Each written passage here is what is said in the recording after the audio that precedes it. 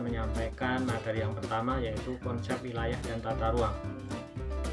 Konsep wilayah adalah bagian permukaan bumi yang dapat dibedakan hal-hal tertentu di daerah sekitarnya.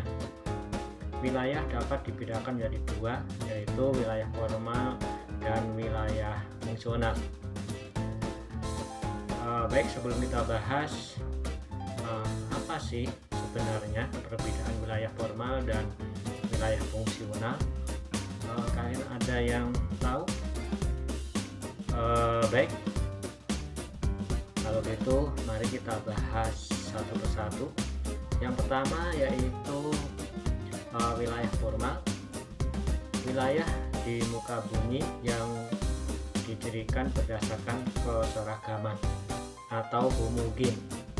Contohnya kesamaan geografis, kesamaan iklim, kesamaan jenis batuan, kesamaan vegetasi dan lain sebagainya yang terdapat di muka bumi. Misalnya kondisi Jawa Barat bagian selatan, yaitu merupakan topografi pegunungan. Kemudian Jawa bagian utara yaitu dataran rendah. Kemudian wilayah formal yaitu memiliki sifat fisik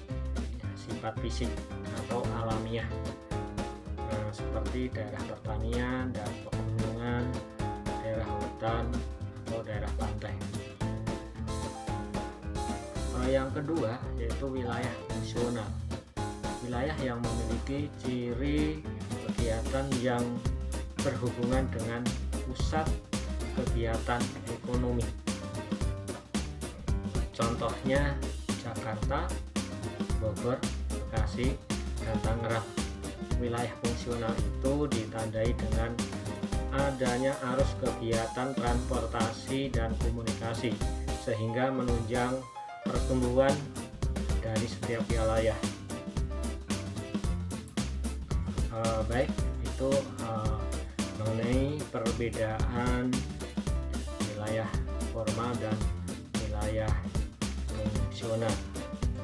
Kemudian sebagai tugas, coba kamu jelaskan kembali perbedaan wilayah formal dan wilayah fungsional menurut pendapat kamu dengan memperhatikan gambar di bawah ini. Itu terdapat peta Indonesia, ada peta vegetasi, pantai, ya, yang menunjukkan bahwa itu merupakan sifat fisik atau alamiah yang terdapat di permukaan bumi. Kemudian yang berikutnya yaitu tata ruang. Tata itu kata lainnya yaitu rencana. Jadi rencana tata ruang wilayah. Apa sih sebenarnya rencana tata ruang wilayah itu? Rencana atau penataan suatu wilayah yang dilakukan pada tingkat nasional, provinsi, dan kota sesuai dengan kebijakan pemerintah. Nah, kebijakan pemerintah di sini meliputi yang pertama yaitu tujuan pemanfaatan ruang, di mana tujuan pemanfaatan ruang itu untuk menciptakan hubungan yang harmonis di antara berbagai wilayah. Jadi wilayah satu dengan wilayah yang lain itu ada hubungan yang harmonis, karena satu dengan yang lain itu pasti ada timbal baliknya, saling membantu, saling menyokong, saling mendukung untuk demi kemajuan wilayah itu sendiri. Kemudian yang kedua yaitu struktur dan pola ruang wilayah, yaitu menggambarkan pada pemanfaatan ruang dan kaitannya antara berbagai ruang berdasarkan pemanfaatannya. Jadi kalau kita lihat struktur dan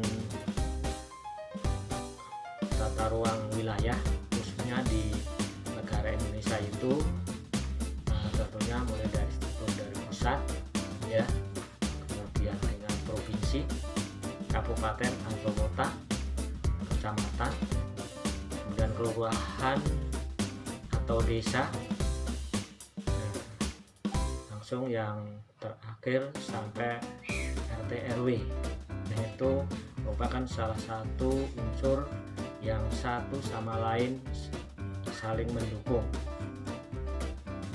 Kemudian yang ketiga yaitu pola pengendalian pemanfaatan ruang.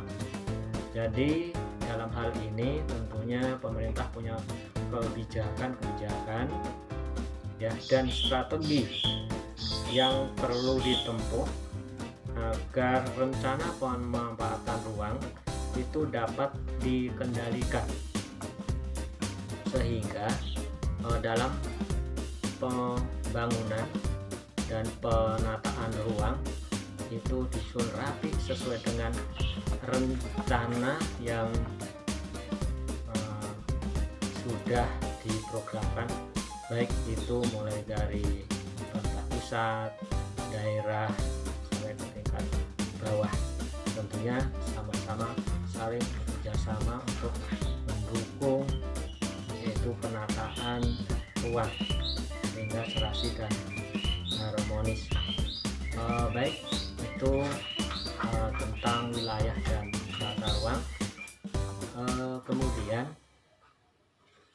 yang berikutnya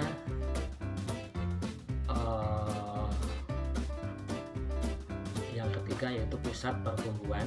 Nah, pusat pertumbuhan ini mungkin akan kita bahas pada pertemuan berikutnya.